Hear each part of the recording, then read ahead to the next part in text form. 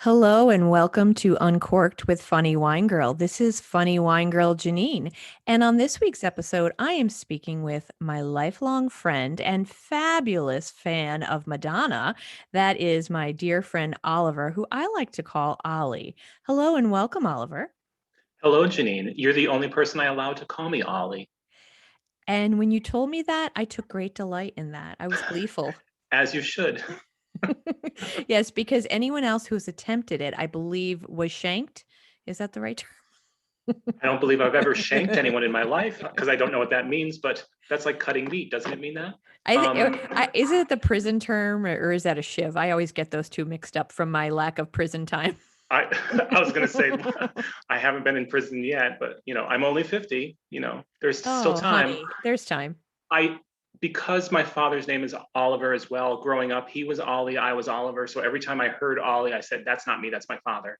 I've grown out of that now. Like it doesn't bother me now, but as a child, it did. So, but no, you've always called me Ollie, and I just for some reason And was I like, don't know why. I'm not it's sure how that Janine. started. It's Janine. I'll let her go. So Well, yes, and call me thank you. call me whatever you want to. Oh, well, I've I been called mean, a lot worse than Ollie. see, you're going a different direction than me. You're becoming more relaxed, where I'm getting more with my age, but I I just still have don't my like. grumpy old man times, but I small stuff like that, meh. I know you shouldn't sweat it, I guess, but like I don't like because I have so many N's in my name, people will see it and I have no clue why they just decide to say genie. That makes no sense to me. And again, no offense to the genies of the world. I Do, don't do, like do, that do, name. do, do, Although I do, did like that do. show. Yes, I Okay, I dream of dream of Janine. yeah. Oh, Oh that'd be a gosh. good show. Oh, that'd be a good show for. That would be a really good show. I wouldn't mind seeing that one myself. Okay, I'm going to adjust the video here. There we go. Oh, hey, oh, there we go. All right. So before we get started with this week's podcast, I always like to incorporate a little bit of something in the beginning about wine, especially how it relates to our topic for the evening. So tonight, Oliver and I are going to be reminiscing about summer concerts, about our interest in music, how music makes us feel, and I just wanted to see how what I could do with that, how it relates to wine. So I was looking up how many songs have the word wine in their lyrics, and I couldn't find that answer. So we're not going to talk about that fact. I couldn't find that answer, but I was thinking of songs like Red Red Wine by UB40 is just, that was a Neil favorite. Diamond, but UB40 made it popular in the 80s. Oh, was it originally Neil Diamond's song? It was, yes. Well, oh my gosh, we're already off on our topic because Oh my I did goodness. not Oh, know that. Oh, yes. well, I'm thank I'm you. I'm 90% sure, 92% sure. But yes, Oh, it's a Neil Diamond song and they redid it and um in the 80s and it was a I think a top 10 hit at least in the United States. So, I do remember it being like I mean, a lot of people liked it. It was a really yeah. popular song. So, but don't want to spend. I mean, there's so many song lyrics with the word wine in it, and even in the title. And one of my friends introduced me at Christmas time to, I think it's considered country, Kelsey Ballerini, A Hole in the Bottle, which is it's funny. I saw the video, and the basic idea is that I'm not drinking the wine. There's a hole in the bottle, so that's why it's gone. So Ah, it's cute, it's cheeky, it's fun. But I wanted to, before we get into our conversation, just talk about a singer that I like, whose name, stage name, and I didn't know, so I had to do a little bit of research for this episode podcast. I thought it was a band, but it's actually he calls it his stage name because I guess it's just him. Iron and Wine. He is considered a folk rock star. His real name is Sam Beam. And so the story behind Iron and Wine and how he got that name for his, I guess persona, he was a film student working in Georgia, and I guess he went into some random gas station that night, wherever they were out in some, the boonies of Georgia there, and he said there was all these like old time medicines like castor oil and everything, and he saw a protein supplement that was called, excuse me, beef, iron, and wine. And so he just dropped the beef. Where's the beef? On the where's the beef? floor. He dropped it. So he just, I guess he didn't think it sounded as classy or sexy to go by beef, iron, and wine. So he went by Iron and Wine. And that is the story of his name. And he said because he wanted something that kind of represented like two sides of the same coin, like that duality, something that's sour and sweet. And this protein supplement is actually still being sold. I looked it up. I found it, of course. Where else can you find everything imaginable? On Amazon for 19.99. And basically, like if you're someone who's low in iron, it's a supplement that you could take, I guess. So iron and wine. But I did want to play, I hope the audio will work. Just a small, small snippet of how I got to know this folk rocker, Iron and Wine. And I don't know, I can't say if he's proud of being on this soundtrack or not, but the song is called Flightless Bird, American Mouth, and it was on the Twilight soundtrack. So again, my so me, I never really got into reading those books. One of my friends lent me the book on audio, and I was like, "Oh my god!" I was not a fan of the writing, and she used the word glower way too much. I was like, "Ugh, I don't like this." But I did go see the movies, and yes, they're cheesy, but they were fun. But they did have, at least the first movie had a really good soundtrack because there were several songs on it that were not the kind that you would necessarily hear on the radio. So I was happy to be introduced to them. So let's see if I can play just a snippet of this. Diving too deep for coins, all of your street light eyes wide on my plastic toys. Then when the cops closed the fair, I cut my long baby hair and stole me a dog-eared map and called for you everywhere. Have I found you, flightless bird?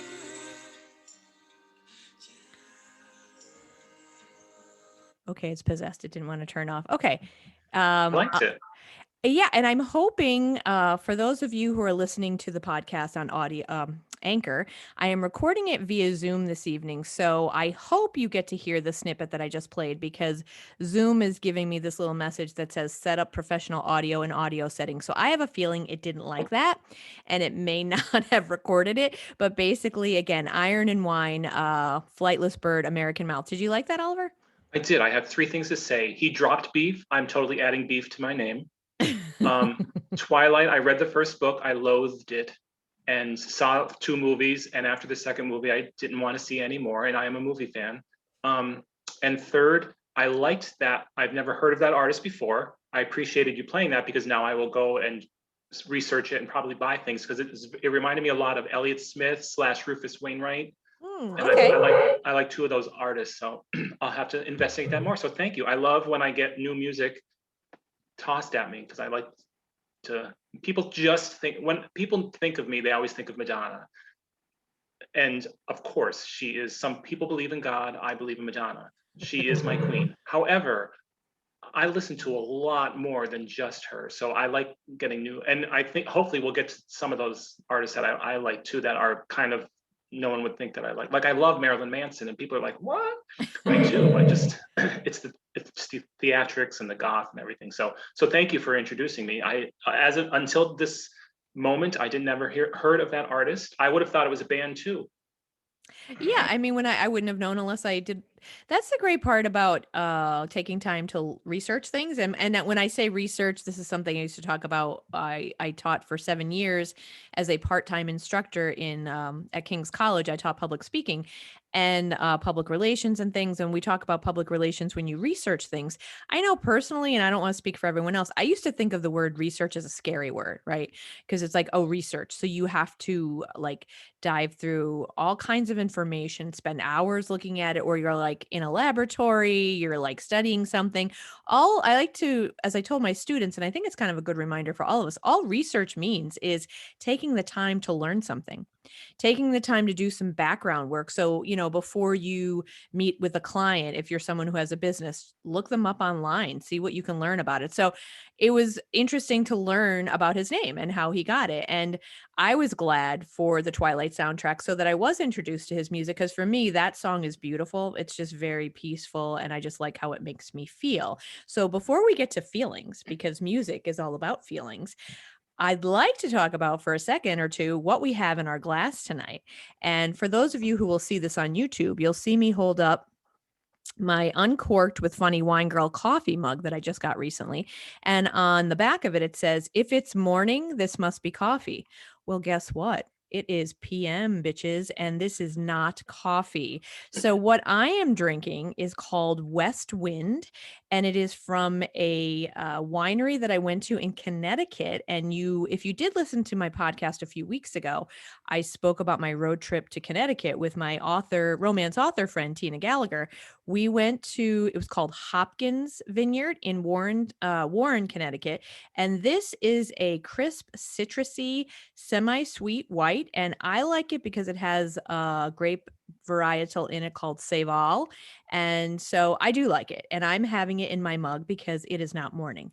So now, Oliver, what is in your glass or mug tonight? I am drinking authentic sangria. It's called Vacay. It's from Traveling Vineyard, which I know you can now say.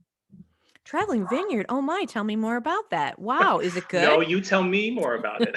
Oh, Traveling Vineyard, everyone. I am what is called a wine guide for Traveling Vineyard. So if you ever want to have a wine tasting and you don't even need to live in Pennsylvania or Scranton, Northeast PA, near where I live, you can live anywhere and we can set something up online so that you can get discounts on wine and so can your wine loving friends. We have many wonderful whites, reds, and rosés. So, Oliver, why don't you tell me, and let's not make this all about Traveling Vineyard because they don't pay me enough. I get paid. You're in uh you're in that Traveling Vineyard voice right now. yeah, I am. I get commission when I sell wine, so I'm in that. Oh, you can pick up a bottle today and it gets shipped very quickly to your doorstep. It Oliver, does. how do you like it? Is a sangria that you're drinking, Vacay. It How is a do you like it? sangria.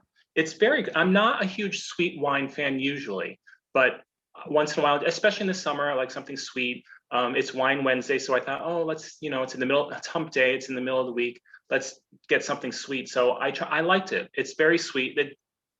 A cinnamon that I was told by a very wise woman told me that there's cinnamon in it. And as soon as I was told that, I was like, you're right, there is. And I like it more now that I know that. But Traveling Vineyard has been a lot of great wines. I love any type of wine. I'll try anything, but I now start picking them with the names. And if it's a fun name, I pick it up. And I was pleased with this one. So yay. So that's what Good. I'm partaking of while we speak. Good. I'd love to hear more another time about this wise woman. Tony, put that on the schedule. Tony's still here. I thought we let him go.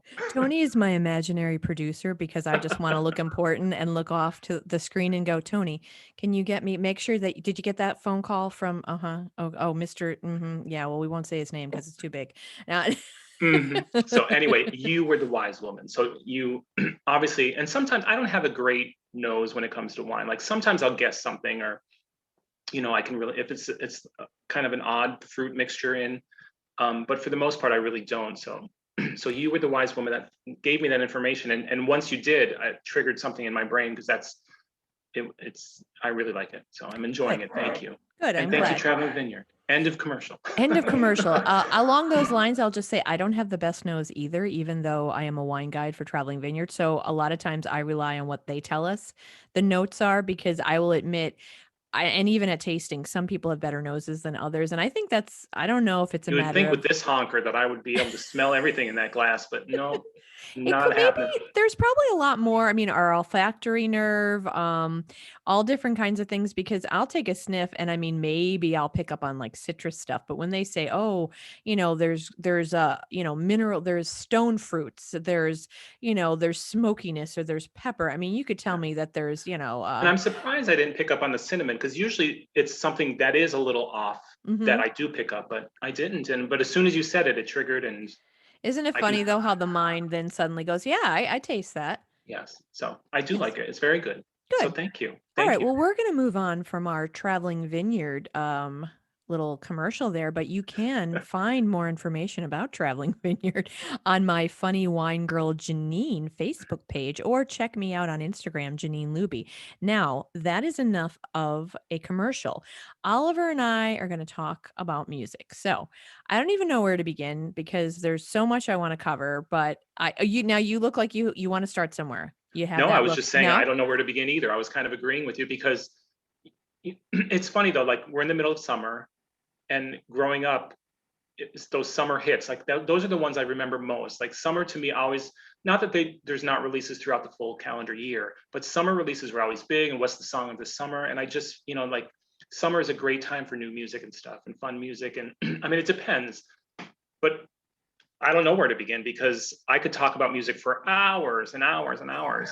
Um, Well, we don't have hours and I hours and know she's hours. going to So cut me off. I am gonna help God. Think of me as your guide this evening for keeping on task so that we can get through a lovely conversation about music. I know Yes. you've started it. Let's go with what you brought up about summertime. And I think for me, I agree with you. I think of summertime with music. And maybe it's because when I think back to being kids, that was our carefree time. So during Mhm. the school year, I mean, not that we didn't listen to music, but summertime, you have more time and you go to concerts and everything. So and then there's like different movies, hit movies, and then a lot of times they have soundtracks. So they kind of all go together. So let's start with summertime concerts. I will say I did a quick Google search to see who's on Oh, tour this summer. And oh my gosh, I feel like we went back in time in the Back to the Future DeLorean because a lot of the people or the bands that are touring are people and bands that toured when we were like in high school, like yep. Metallica, the Eagles, Elton John, Guns N' Roses, Aerosmith, Kiss, Def Leppard, Foo Fighters, Pearl Jam, and Red Hot Chili Peppers. I was like, oh my gosh, like is it 2021 or is it 1990 or 93 or whatever. So let's talk summer concerts, and Well, I send it over to you. yeah, it's funny because money now in the music industry is made by touring. So it's no surprise that you have those older bands, those established bands out. That's how they're making their bread and butter. Now a lot of them are superstar, megastars, whatever, and probably are doing it for the love of music and whatever. Um, but you were right about summer. We were off. We had more time on our hands. The radio was always playing when I was growing up. Concerts were more so during the summers. We had all those summer tours and such. So it's just a lot of. I mean, what's not to love about you know people always say I'm a movie guy, I love movies. I actually love all types of art. I get lumped in like at being a Madonna fan and being a movie fan, but music is just so easily accessible to us. Like you don't have to go to a theater to see it. You don't it could be playing on your radio, your iPod, in your car, at home, anywhere, and it's so easy. And I'm, again, because I love the art so much, I'm easily attracted to.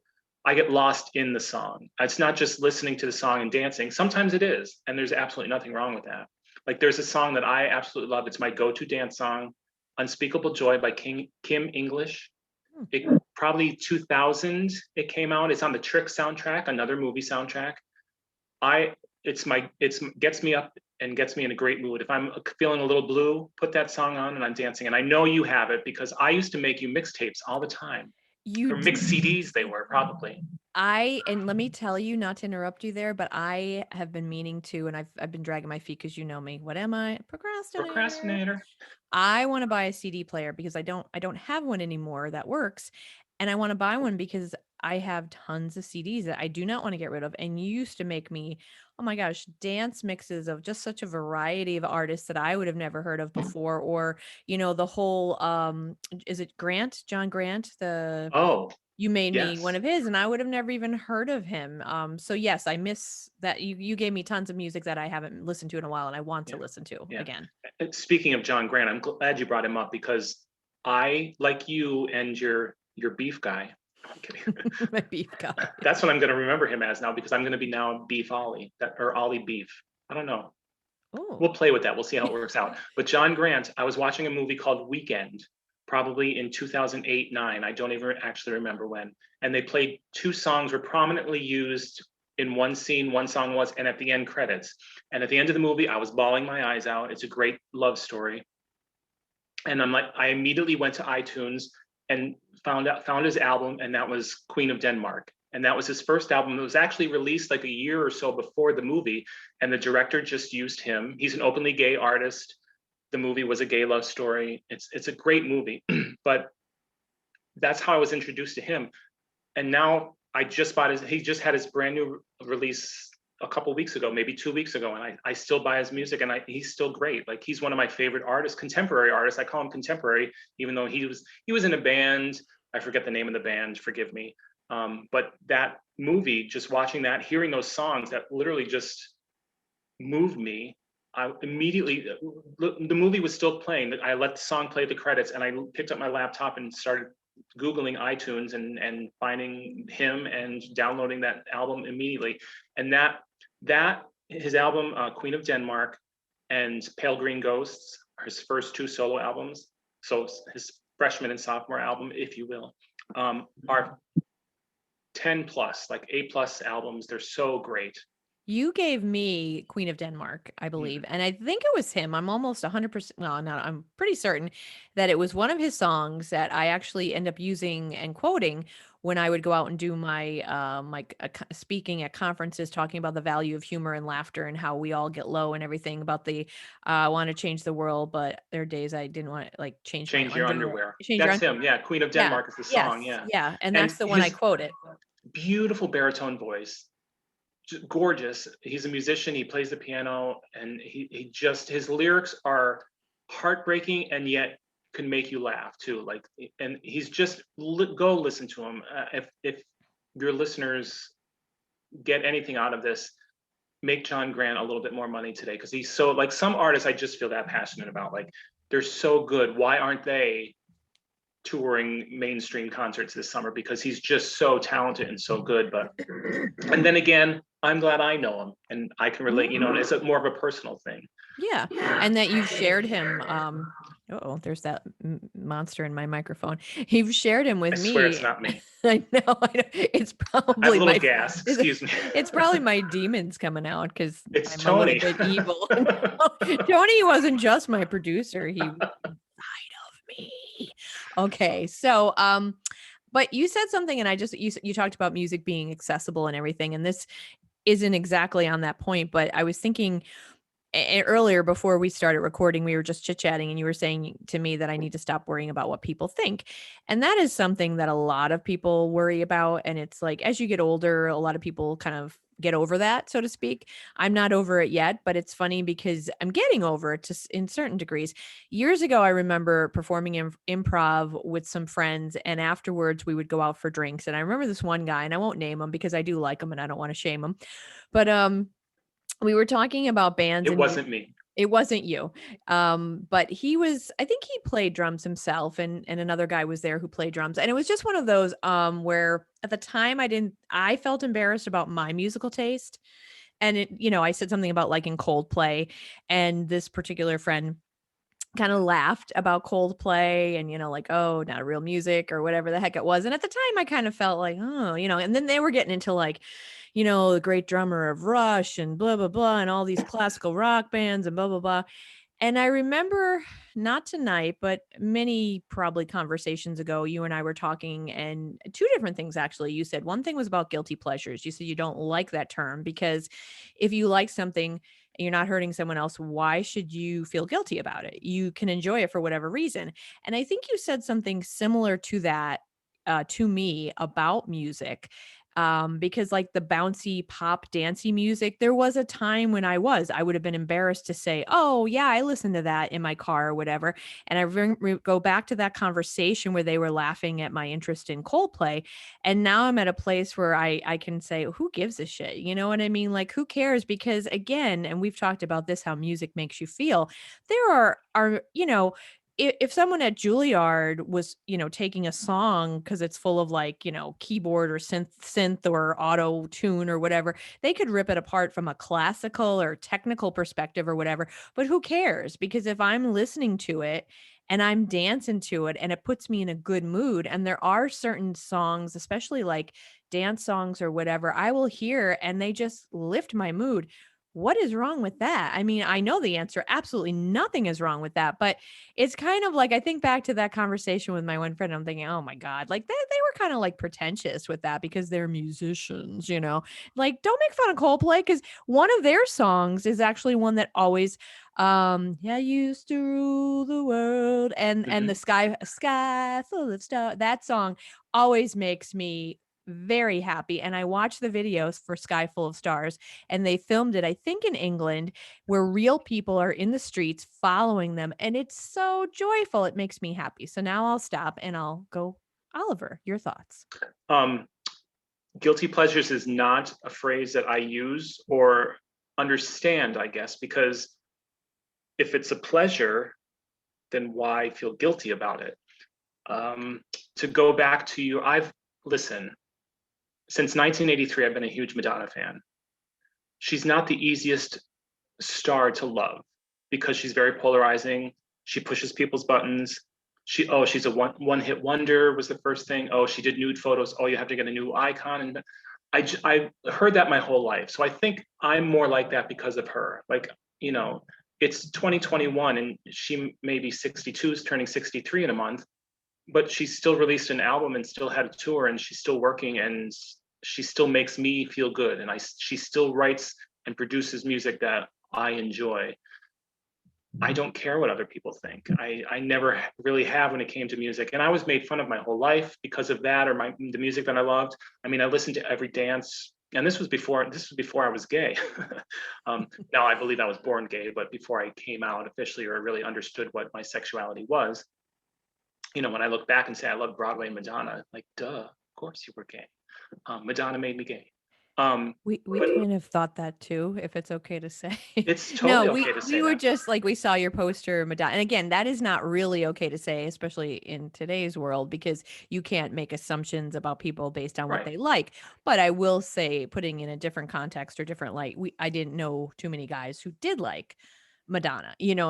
and especially not Well, as also, I was 14 years old and she was crawling around the stage in a wedding dress with her underwear showing. So I think a lot of guys did like her, but because it wasn't cool and it wasn't like real musicians, it wasn't Rush, you know. And by the way, Coldplay has a new song out. I think it premieres on tomorrow, Friday. So whenever you're listening to this, it's a new music by Coldplay, and their new album comes out in October. I like Coldplay, so to people that don't like Coldplay, yeah. but listen to what moves you. Like music is like I was saying, Unspeakable Joy by Kim English. Just I used to play that like when I was going out to the clubs, when I used to go out to the clubs. Now I'm old and I don't go out to the clubs. Although if I ever did, I would put that song on because it's as soon as it starts, it just makes you feel just joy. Joy, it's in the title and it makes you feel that. There's songs that, you know, as soon as I hear completely bring me to tears because I'm listening to it. There's a song called Ben Platt. You're familiar with Ben Platt, right? Yes. He is, for people that do not know him, he's probably known most for playing Dear Evan Hansen on Broadway. We won the Tony Award, but he's also in The Politician.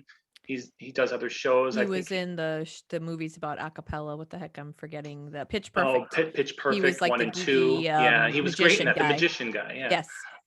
So he's a wonderful singer, but he has a solo album that came out 2018, 2019 maybe, called "Sing to Me Instead."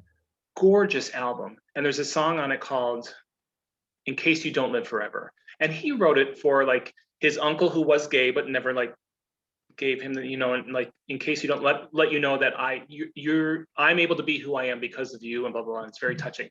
But after my mom passed away last April 2020, I heard that song for the first time driving because it's on my shuffle, and sometimes I'll just play, you know, shuffle my ultimate playlist I have, which all my favorite songs. It came out, I just started bawling because the words meant so much in a different light. And I was like, so music is just, but to me, that's like, I don't mind that. Like, still to this day, when I hear that song, I do tear up a little bit because it's just so moving. Yeah. There's many songs like that, you know, that could make you feel good or bad, or you know, or Yeah, some are absolutely. indifferent and some are just you can tap your foot to it and dance, and there's nothing Mhm. wrong with that. The song that always makes me cry, and it's one, and it's not like a bad thing, you know what I mean? Sometimes, you know, it's like it's joyful tears in a way, just because the beauty of the music. But it's also I actually have heard it at funerals though. Time to Say Goodbye, the Italian, and a lot of times you'll hear it in Italian. Andre Bocelli sings it, and he's a, you know, a beautiful voice, and he sings it with Sarah Brightman. I think he actually Mhm. sings it with Celine Dion as well, and I've heard it played at funerals, but it is the most beautiful. I Yeah, think it's one of the most beautiful songs, and it always does kind of move me. yeah, it's beautiful, and that's the joy of music. Like if movies tell you a story in 2 hours or like a little less, a little more, songs can do that in 3 minutes. Hmm. And if it moves you and if it tells you a story and you relate to it, who cares if it's not a real musician or it's not someone that's popular at the time, or like, just enjoy it. Like, who cares? you know Yes. Right. We have a finger for those other people that we can. that's Yeah. the Friends finger. You can't Oh, see it if you're listening to it, it's on Anchor, but well, if you watch Friends, you know probably what Oliver's doing. So let's talk concerts because we I have mentioned a earlier question for you summertime. then. Yes, yes, go What ahead. was your first concert ever? Oh man, I probably should have thought about this beforehand. I can tell you, I remember my first Broadway play and I was like late to the game. And I know we have spoken about this because I never I went. know, and I couldn't believe it. I know. I was in chorus in high school and Oliver was, but you were more active and you were in theater. I was only in, I don't want to say only, but I sang a little bit in chorus. I did not go on any trips to New York City. So I did not go to see my first Broadway play until I had graduated college at Penn State. So it was the summer after that. I went with my friend Kevin O'Grady. Shout out, Kevin. What's up? Hey, whoa. Whoa, hey, ho. Um, we met because his family is from Oyster Bay, Long Island, and we met and we went to see Les Miserables, and it was quite memorable because someone had a heart attack in the theater. Oh my I goodness. don't know what turned out with that, so I mean it's been a long time, so I don't know, but I just remember Well, being. talk about your downers. I mean, this show itself is I know, really, but that's I just horrible. remember not knowing what to think because it was my first Did the Broadway show go show. on? It did, which, they say the show must go on. We're sitting there and someone's like, "Help," or whatever, yell. And my apologies to the poor man, "Help," but someone yelled help. And Well, and I shouldn't be laughing, but I your shouldn't little either. impersonation of that man is, may he still be alive. And you know what? Maybe it wasn't him because if he was having the heart attack, maybe it was somebody near him. But someone Sure. yelled help. And I was like looking around, like, okay, what's going to happen here? And the show did continue and they took him out in an ambulance. Like they took him, Wow. and like the show did continue. And I know we're not talking Broadway tonight. That could be a whole different topic, but it reminds me of going to see. I used to take my mom for her birthday for about a good 15 years. We'd go every June to see a different show. And we went to see a funny thing happen on the way to the forum with Nathan Lane, who Nathan is just Lane, so yes. fabulous. And we He never won the knew. Tony Award for that. Oh, he was so good, and I think this was improvised, it seemed to be. Someone behind us was just getting up to leave. It wasn't like this wasn't a case of a heart attack, this was just someone leaving, and he stopped. Again, was it in the script? We didn't think so, it seemed very natural. He just stopped and looked at her and said, "Oh, is the traffic back to Jersey that bad?" And, like, it seemed to be an Now that improvisation. show does break the fourth wall. So that could have been, it might have been in the script. It could have been Uh, something like improv here, or who knows, or it could have been something like that. So but, um, with his delivery, you're just like, "Wow." I mean, he's wonderful. I mean, he's just watch the amazing. birdcage over and over again. That's all you need to do in life. Oh, so to answer your question about the concert, I That was the honestly, longest answer to that question. You and I still didn't know, and I answer. didn't even answer it, so I do Do you even, apologize. did you, okay, what did you see? Well, I want to say that I Sesame Street can't. Live. Yeah, I think I went to see. No, Barney was after us. I was already grown Yes. up for Barney. I remember some early concerts, but I honestly don't know if I could tell you my very first concert. Oh, Janine. I know. I'm sorry. I remember because I mean I probably would have been. Well, we'll talk about. We went to some concerts together, and we were 15 or Mhm. 16, maybe. 1987 was our first concert together in Okay, Philadelphia. so Yeah. yeah, so So those 16. were Yeah. probably gosh, I have when I think back to concerts, I remember a whole bunch around the same time Hmm. in that time frame of like being 15, 16, 17 years old. I do not I'm embarrassed to say, but you know what? Screw that. I'm not going to be embarrassed. No, don't be embarrassed. You just I don't don't remember. know, but I will share this. I was a big time Bon Jovi fan. And I as remember that. many women in the 80s, I had long hair with the crimpy perm like everyone else I was friends with, and I She even had did. I can attest to that. a white leather jacket with fringe, I remember and that jacket. and my friend Sharon had a black leather jacket with fringe. She was also Jovi head. What a were you Jovi. called? I don't know what we Okay. weren't as clever back then, so we didn't No, combine names and think I'm of, still not close. we just, we went to see Bon Jovi and they toured with Cinderella. But and then I'm gonna flash it back to you, but I just want to tell one quick story about because Joe, you know my dad, Joe Luby, who's, his whole lifetime people thought, he's 80. Right now he's 84. People would see him and go, "Oh my God, you look 70." He's always looked younger than his age and he's always been up for anything. So Truth. he would drive us to concerts and he would take us and he would kind of hang back. So I did go to see, I don't know if this was 87, 88. It was the Rat Poison tour. And they were touring and they Just were the in. name, just the name of the tour alone, the Rat Poison I Tour. Come know. on. And I obviously, some marketer thought that was hysterical or whatever. Sure. It was, hey, it was effective, right? So they were playing at the Allentown Fairgrounds. And I went with, I want to say Sharon, possibly Lorraine. I think Lorraine. Anyway, it was a big crowd. It's over. And I don't know. I mean, I was a teenager. Teenagers are idiots, right? We're kind of Sure. goofy. I'm not being, I mean, we're kind of like, hey, whatever. I don't recall. Although I was a good kid. Not that, you know what I mean? I was a pretty smart kid, but still I was a teenager. I didn't really pay attention to certain stuff. I don't know what my dad said as far as what we were going to meet afterwards and how we were going to meet, because obviously he drove us there. And all I know is that concert was ending and people are leaving and my dad was looking for us and couldn't find us and he was so aggravated. And I was down in the, the crowd and he's up above the crowd and he yells, and this is a famous quote that a lot of my friends have remembered for years, "No Madonna for you," because I was about to go to the Madonna concert, probably the one that I went to. That was 87 then. Yeah. So you Yes. saw them in He 87. was so angry that we were holding him up. Well, not just holding him up. He might have been scared as well that he couldn't find us. No Madonna for you. No Joe Madonna for you. Luby. And all of these like, long hair, like heavy metal are looking like, okay. And by That's it. the way, How come I never heard this story before? you never heard that? No. Oh my God. I guess it must have been Cheryl and Sharon who used to quote that back to me. "No Madonna for you." And of course, I did get to see Madonna because my parents are not that evil. They could not keep me. You They would did. not, I And should I say, would have been keep me. devastated. I still would have gone without you though. Oh, honey, I know that. So from that story, I will flip it over to you and say Madonna. And I What's want to that? apologize first. I know you mentioned twice, so I'm going to acknowledge this. I want to acknowledge you, Oliver, Please do. that you get See me, hear pigeonholed. me. I see you. And I need to learn to see you as more than a Madonna fan because I've been perpetuating that stereotype. And trust me, I hope you know No, I know you I'm as not so offended much by it because more. I love it. I love the people. I love the fact when people see her perform or hear about her, and even if it's something negative, like they're like, "Oh, just see her," they think of me, and I'm totally fine with that. So don't Okay. get me wrong.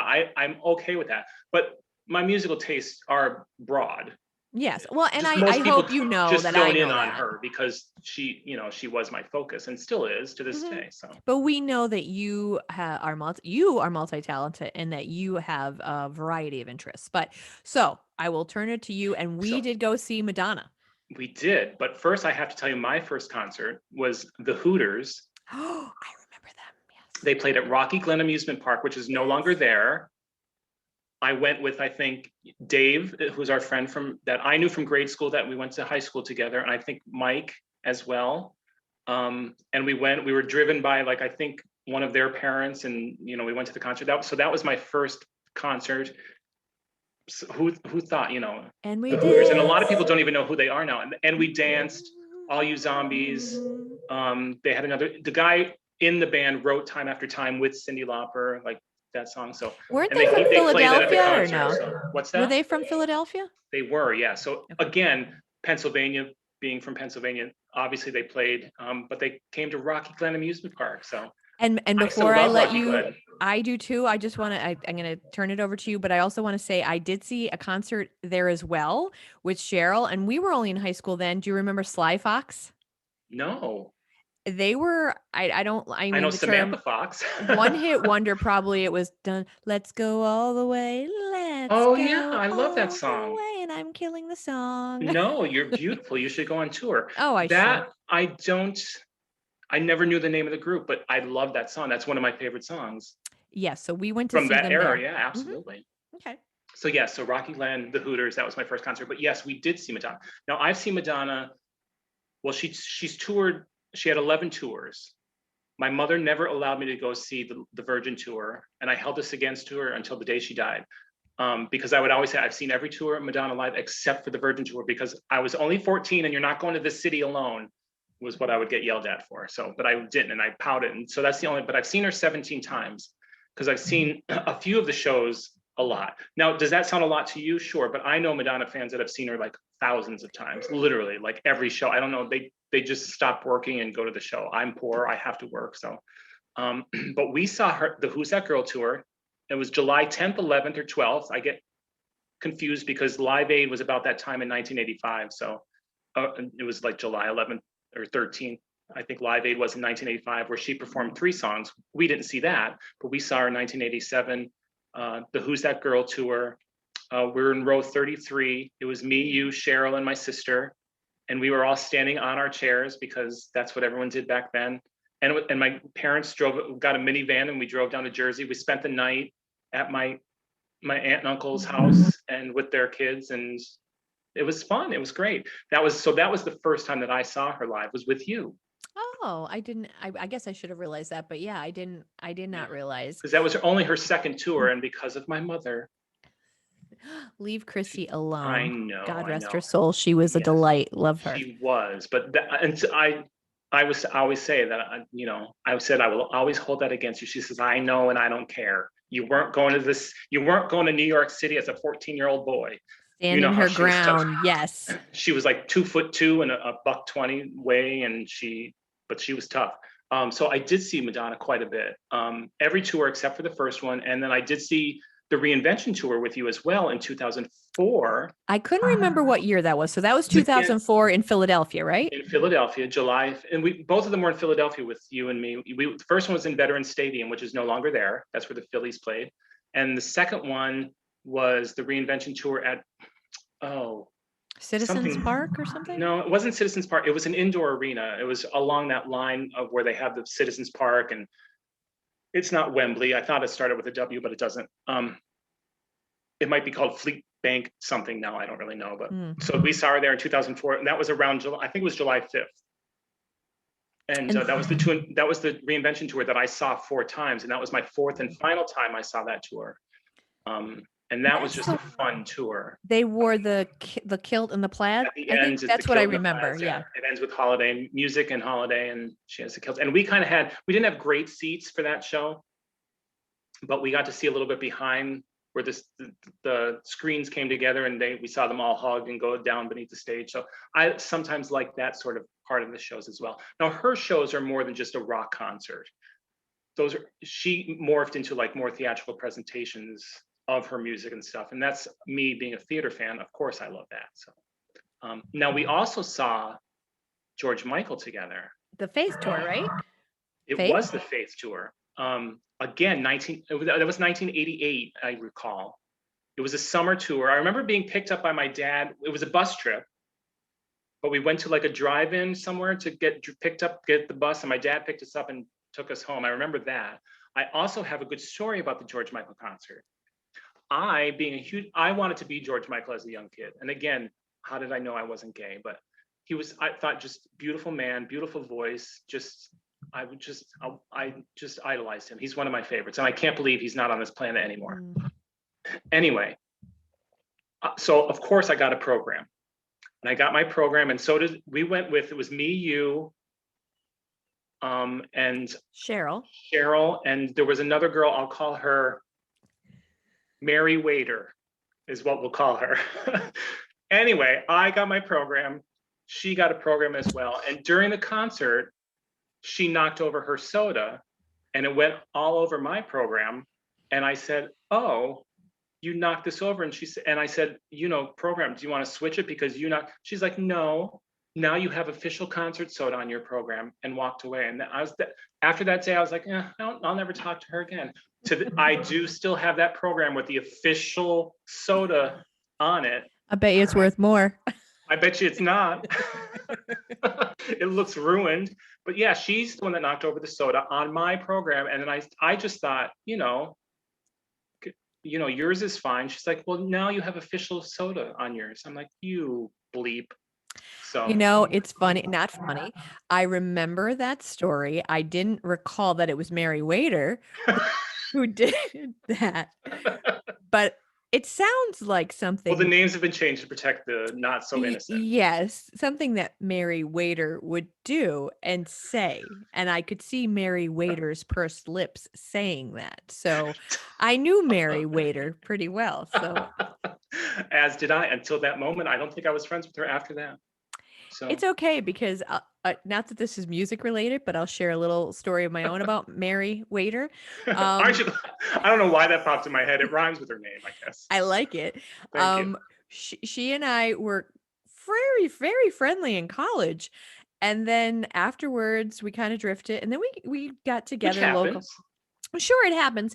Then we got together again, like, in our 20s, and we're meeting for coffee, and we're being friendly and everything, and then not long after that, nothing happened. There was no disagreement, nothing like that. I No saw her spilled at. concert soda. No, no, she didn't spill coffee on any books of mine and said, "Hey, this is official coffee shop coffee." Now, we were at the mall, my mom and I, and we came across Mary Waiter, and she acted like she barely knew I'm so me. glad I came up with that. Mary was kinda like, "Oh, hi," and I was like, "Oh, Huh. huh, that's okay." So I Okay. haven't seen So Mary, music brings people together and tears them apart. and it can tear them apart, Well, I'm sorry to especially hear that about Mary. if you spill soda and you don't take Come accountability. on, that was And George I Michael. know, I don't know if part of me wonders if I did get one of those. I feel like I didn't buy one. I don't know because those Oh, things were expensive programs, or kind of, probably. right? Yeah, I Yeah, don't kind of. remember. Relatively speaking. I mean, now they're now like a Madonna program will go for like 45 bucks, maybe. Where Mm, back then it was probably 20. true. So yeah. I probably wanted like a T-shirt instead or something Yeah. like that. I don't But really he's at remember. least I got to see him though, because there are some artists that I idolized and I never got to see. Prince, Mm. I Michael did get to Jackson. see Prince, You and saw Prince? yes, but you know what? I don't wanna ruin or whatever. It was, and it's not his fault. It was the acoustics of where I saw Mm. him in Wilkes-Barre in the Mohegan Sun Arena, and it just sounded terrible. Oh, really? That's sad So, to yeah. hear. Yeah. But he was just a musical genius, Yes. and I loved his music. And I'm sad that I never got to see him. David Bowie was another. I would have loved to seen Queen. I was a huge Freddie Mercury fan, Mm, and obviously I was younger, so I'm not surprised I didn't see those two artists. Although even when they were older and still, well, Freddie Mercury passed away in the early '90s, but David Bowie, I would have liked to seen a later tour, but I never did. And Michael Hutchins. I was a huge 80s fan, In like of music. excess, So like yeah. In Excess, and he had such a great voice. And then he died, and I never got to see him perform. But like I love all 80s groups like OMD, Orchestral Maneuvers in the Dark, Depeche Mode. U2, Depeche Mode, like all Mhm. those are still bands that I still buy OMD albums. And I saw U2 twice. And I Mm. loved those were great. Like I saw a lot of I saw a lot of like Janet Jackson I saw live. Oh. I saw Elton John, Billy Joel, Bruce Springsteen, like those big 80s names. I eventually saw them. But the ones that unfortunately are no longer with us, I missed out. And Prince is probably the one that I feel I don't have a regret because it wasn't like I had a chance to see him. I just never had that chance, but I would have loved to because I just artistically, I thought he was just a genius and I love his music. And his Mm. Purple Rain album is in my top 5 albums of all time. It's just a brilliant album. So Some of just a couple. Oh, I'm getting that sound effect in the back. Okay, there, stop. I'm sorry for the monster sound effect there. it I must be it's every time you talk to me. So it must be something on this end. Maybe I'm possessed and there's a ghost attached to me. That would be I'm cool, wouldn't it am I be? not being am I being too subtle, Oliver? There's a demon in my Demon child. microphone. I'm blaming Tony. All right, continue. Tony. No, I was gonna say just some of my highlights. Because I'll admit right now we talked about, grumpy old man syndrome. I've had it for years where I don't like crowds. So to be honest, as much as I still enjoy listening to music, I would not want to be in a concert arena now. And it has nothing to do with COVID. Trust me, I don't like crowds. Yeah. And so I would not want to be in a concert unless, there was a lot of space. Oh, okay. So as I'm saying this, though, I'm thinking of, I did get to see Sting back in the early Oh, 2000s or mid 2000s, and that was great. But no, I was going to say that a couple things that I was thrilled to get to see. I did get to see part of Lollapalooza back when Pearl Jam and Red Hot Chili Peppers and nice. Ministry, Ice Cube. Unfortunately, I didn't get to see. I think it was like one of those someone couldn't use the tickets. Oh God, I think I went to see that with Anyway, Mary Waiter. maybe. Anyway, I didn't buy a program. Um, so we went, I think we got them free or something like that. So we got there late. It was at Montage Mountain in Music outside of Scranton. So we did not get to see a lot of the main acts, but we still got to see quite a few. And I got a really cool t-shirt. I wish I could say I still knew where it was, like in my attic or something, because it was really neat. But the other show I did go to and I did get to see most of, which with a lot of good bands, was Lilith Fair. Mm. Lisa Sarah Loeb. McLachlan. Yes, Lisa Loeb, Sarah McLachlan, the Indigo Girls, which I got to know the Indigo Girls in college. And yes, I even did wear Birkenstocks, but no, I did not get any offers for dates. And I'm sure that's probably a no-no to say nowadays, but they are often associated with lesbian women. Well, sure. I mean, that's, you know, I mean, you could say what you Their want. Indigo Girl album, though, with Closer to Fine and Secure Yourself, Oh, beautiful such a great songs. album. Yes. Beautiful, yeah. They had some of the best Galileo. Oh my God. Hmm. And in fact, we talked about, you know, I like music when I hear those songs that I haven't heard in a while. Oh my God, do I get happy and giddy? Like Galileo's head was on the block, and I just totally get like, or Closer to Fine. I mean, Mm. oh my gosh, I get so excited because I think of the good times of college, and these are college guys that listen to it. I mean, I had not even heard of the Indigo Girls, so they were at Lilith Fair. I did get to see them, I think one or two more times. I got to see them at the Mann Music Center in Philadelphia, where I also got to see Harry Connick Jr., who I loved. And then I would just want to mention someone who's not necessarily mainstream that I got to see twice was Ani DeFranco. Oh, yeah. I saw her in New York City with my friend Gwen, who was going to NYU at the time. And then at Harvey's Lake, she is someone who's not mainstream, but oh my God, some of her lyrics. So here's a really quick, funny story. My boss, that I used to have at Blue Cross, we used to butt heads. And she had, well, I was say she had big hair, so it didn't hurt her when we butted heads. But anyway, we butted heads, kind of, you know, anyway, we won't get into that stuff. But anyway, she was in my car one day and I forget we were driving somewhere and Ani DeFranco was in the CD player and she just gave me a look because there's some language in some of Ani's songs, like Sure. where maybe there might have been an F bomb or something like that. And F you, yeah, F you in your untouchable face. Yeah. F you. Yeah. So that was probably it in there playing. And yeah, so she just kind of gave me a look and I'm like, oh hey. But I love some of the messages in Ani DeFranco's music, like Hmm. women and independence. And in fact, she has her own record label. I don't want to speak to today because I'll admit I don't follow her career now, but I'm sure I don't think she just got rid of the record label. But at least back then it was her record label. It was called Righteous Babe. Hmm. And I just went in the attic about 3-4 weeks ago and I was pulling out this musty box of t-shirts, and I found a t-shirt I bought at her A one Righteous Babe. concert, and it had the little red like it was embroidered little red woman icon with Yep. the I can picture it in muzzle, my head. because that's from her record label Righteous Babe. And it's like black with the white piping on the sleeves, and I'm like, oh, does it still fit? And I put it on and I loved it because it transported me back to like the Mhm. 90s when I went to see her, and the great feeling. And I mean, Little Plastic Castle was a great CD by That her. was a great album. Like, it was different. It was a departure from other stuff because she had horns in it and it was Hmm. jazzy and it was just, yeah. So it was, yeah. So she's someone that maybe people wouldn't necessarily know, although I do think her 32 Flavors song was redone by someone who probably got it more popularized than Okay. she had it. But so those were my highlights for concerts. I will say I also got to go with my parents to see Tina Turner and Glenn Fry Oh, at the fantastic. I love Tina. Allentown There's a great Fairground. documentary on HBO Max about her life. It's great. I would enjoy that. I'm sorry at the time, I will say this. I'm sorry at the time that I didn't appreciate her probably as much as I Mm. should have, because my gosh, she's fantastic. Now my mother really enjoyed her. I think I just went along because I was like, I think I was only like 14 or 15 and I was like, oh yeah, I like Glenn Fry's music, The Heat Is On or whatever, and Right. then Tina Turner, but I don't think I appreciated her as much as, Yeah. let's put it this way, she deserved to be appreciated. Yeah. Trailblazer for women in music. Absolutely. One artist I have to bring up when you mentioned Ani DeFranco, Tori Amos is I Mm. have a same, she has those lyrics that are biting like real life, very empowering. And you hit on a very important topic. Music is the soundtrack to our lives.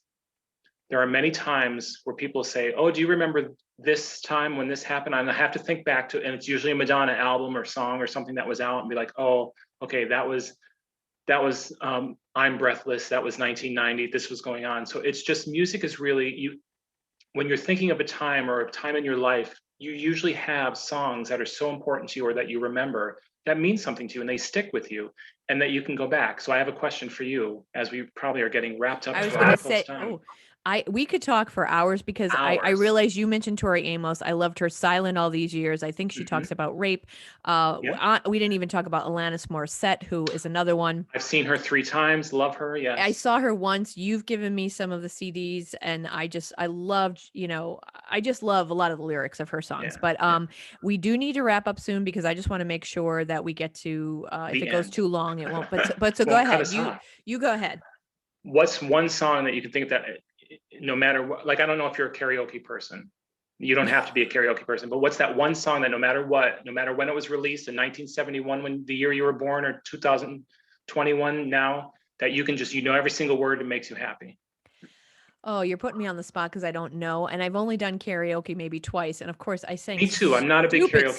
songs. I Yeah. sang "Sweet Dreams" by the Eurythmics, and I Oh, I love sang Annie Lennox. You should yes. listen to her Bear album. It's fantastic. Go ahead. Is that newer? No, it's from like 2002, Oh, maybe. then I probably have. I probably Is gave it that to you. Y or no? The one with That was Y? Diva. That was her first Oh, solo album. okay. So The other one was Venus by Banana Republic. Banana I Banana sang that. Rat Banana Rama, not Banana Republic. Oh, Banana I Banana haven't heard that Republic. Banana Republic song yet. I'm looking forward to it. See, and my age is taking over. Banana Republic, I Banana heard is Rama. opening for Halston and Halsey. Yes, but and remember Kylie Minogue and her Locomotion? She did the Yeah, remake in the late 80s. yeah, She's yeah. an artist that now I love all of her. Like she had an album in 2020 called Disco. That was just when we were all stuck in our houses and couldn't move because of the year 2020 was. It was such a great, uplifting, happy dance album that I loved listening to. So and Jessie Ware is another artist. Look her. I think I told you about her. I don't know if you got her album or not. No, Heeded I my didn't. advice, but it's another. It was released in 2020. Another album that just like kept my spirits going, and that's what you needed kind of in that year. And that's another thing music can do. Like just lifts you up, takes you away from the realities, and just transplants you. Like a movie can do, music can do it. Like I said, in 3 minutes, and you're already forgot your problems or whatever you were worried about. It doesn't mean anything because your favorite go-to song is on or whatever. So, mine is probably like Piano Man, Bohemian Rhapsody. Like the lyrics just I can't remember what I had for dinner last night, but I can remember the lyrics to those songs and just sing them as soon as they come on. They just make me happy. So I wish I don't have one answer to that, and I don't have anything that pops into mind, although I can tell you twice this week I can recall, and I don't know which songs they were, but I think they were actually, he's British, and, that narrows it down.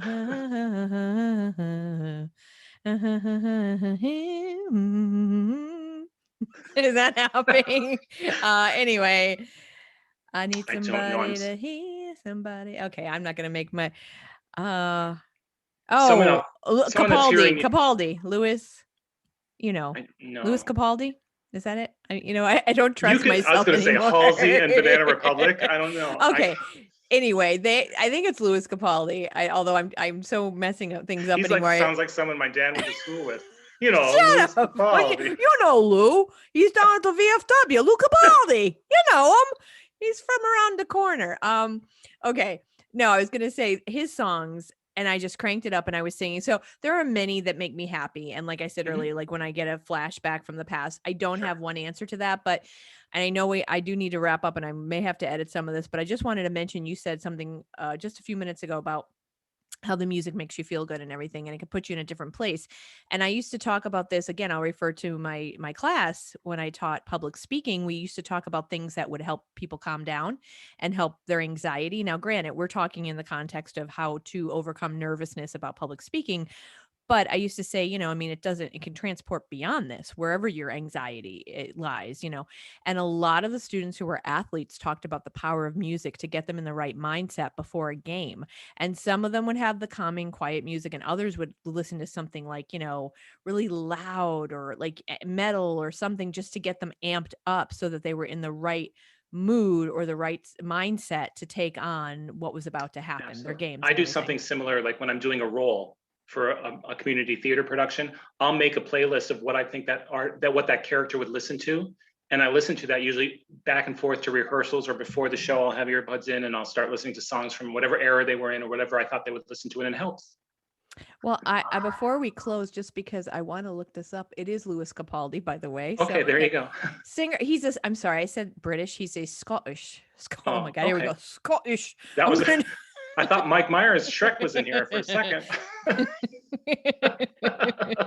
Fiona. Oh, that was you. That was terrible. No. Fiona. I don't know what the hell Why don't that you work was. on that? The next time we talk, we'll do a whole show on Wait, accents. I think I can do a better one. Wait, Shrek, I'm a donkey. Are you making waffles? That's much better. No, I can definitely do a yo. I like Lou Capaldi. Lou. Come on, Lou.